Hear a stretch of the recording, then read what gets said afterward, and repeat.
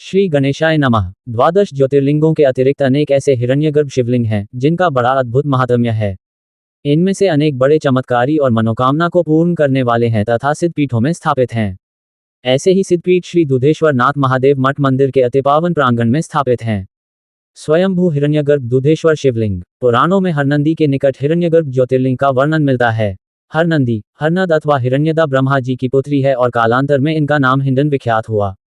शिवालिक की पर्वत श्रृंखलाओं से सहारनपुर से कुछ दूर से निकल हिंडन पुराण प्रसिद्ध नदी है। इसने 3 छोटी जलधाराओं से मिलकर हिंडन रूप धारण किया है। हिंडन के दर्शन, इसमें स्नान व पूजन से अनेक जन्मों के पाप ताप सब स्वतः समाप्त हो जाते हैं, ऐसी मान्यता है। हिंडन के पावन तट पर तपस्या में लीन तपस्वियों के मंत्रोच्चारण से यहाँ का वातावरण पवित्र होता था। साथ ही इस क्षेत्र के दुर्गम वन प्रांतर में रहने वाले मारीच, सुबह और तड़का जैसे राक्षसी प्रवृत्ति के मदांधों के अट्टहास से भी यह क्षेत्र कंपायमान रहता था।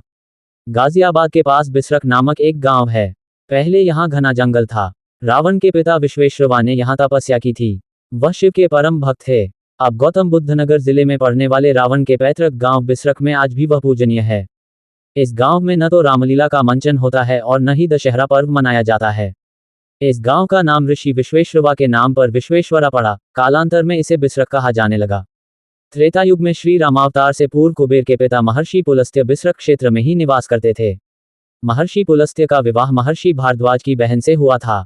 कुबेर इसी भाग्यशाली दंपति के सुपुत्र थे। कुबेर ब्रह्मा जी के पौत्र तथा भगवान शिव के अनन्य मित्र और देवलोक के कोषाध्यक्ष थे। अपनी व्यस्तताओं के कारण कुबेर के पास इतना समय नहीं था कि वह अपने पिता को भी थोड़ा समय दे सके। इसी के चलते महर्षि पुलस्त्य अपने बेटे से न मिल पाने के कारण कुंठित रहा करते थे।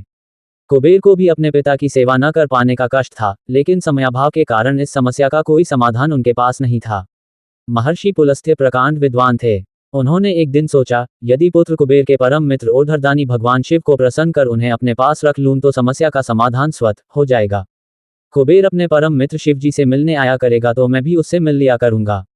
पल दो पल ही सही मेरा पुत्र कुबेर मेरे पास बैठ लिया करेगा। बाप बेटे दुख सुख की बातें कर लिया करेंगे। यही सबसे सही उपाय है। ऐसा सोचकर महर्षि पुलस्त्य ने भगवान शिव को प्रसन्न करने के लिए कठोरता करने का निर्णय लिया। बिसरक की भीड़ भाड़ व चहल पहल तपस्या में व्यवधान उत्पन्न करती, इसलिए महर्षि पुलस्त्य ने हिंडन के निकट घने वन को अपनी तपस्या के लिए चुना। उन्होंने भगवान भोलेनाथ की वर्षों तक निरंतर आराधना की। बिना किसी बाधा के जारी उनकी तपस्या ने अपना रंग दिखाया। महर्षि पुलस्त्य की सिद्धि यहाँ तक पहुंची कि वे स्वयं भगवान शंकर के रूप हो गए।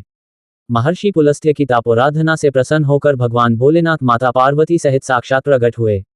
भगवान शिव ने महर्षि पुलस्त्य से कहा, मैं तुम्हारी आराधना से अत्यंत प्रसन्न हूँ। मैं काशी और कैलाश में वास करता हूँ। तुम्हारी इच्छा है कि मैं यहाँ वास करूँ। काशी तो मेरे त्रिशूल पर टिकी है, दूसरा त्रिशूल मेरे पास नहीं है, इसलिए यहाँ काशी तो बन नहीं सकती। हाँ, यदि तुम चाहो तो यहाँ कैलाश जरूर बन सकता है। इस पर महर्षि पुलस्त्य ने कहा, प्रभो, आप यहाँ कैलाश बनाने की आज्ञा दें और उसी में वास करें। इसमें मेरा स्वार्थ तो निश्चित रूप से है, लेकिन जनकल्याण की भावना भी इसमें निहित है। आपके आशीर्वाद से जन जन का कल्याण अनंत काल तक होता रहेगा।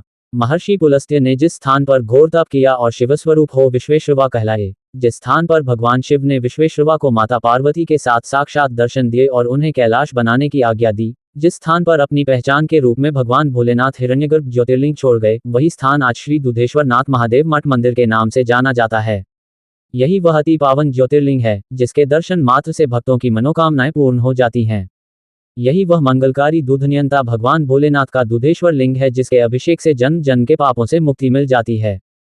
शिव साधक विश्वेश्वरवा का पुत्र रावण भी अपने तपस्वी पिता की भांति ही भगवान शिव का अनन्य भक्त था। शिव जी के प्रति रावण की भक्ति जगविदित एवं अनुकरणीय है। अपने पिता के तपोबल से विकसित कैलाश में हिरण्यगर्भ ज्योतिर्लिंग श्री दुधेश्वर की रावण ने भी वर्षों तक साधना की थी। रावण यहाँ तब तक श्री दुधेश्वर का अभिषेक करता रहा था जब तक महर्षि विश्वेश्वरवा सपरिवार स्वर्ण नगरी लंका में नहीं जा बसे थे। इसी पुराण वर्णित हिरण्यगर्भ ज्योतिर्लिंग को श्री दुधेश्वर नाथ महादेव के नाम से जाना व पूजा जाता है। हर हर महादेव।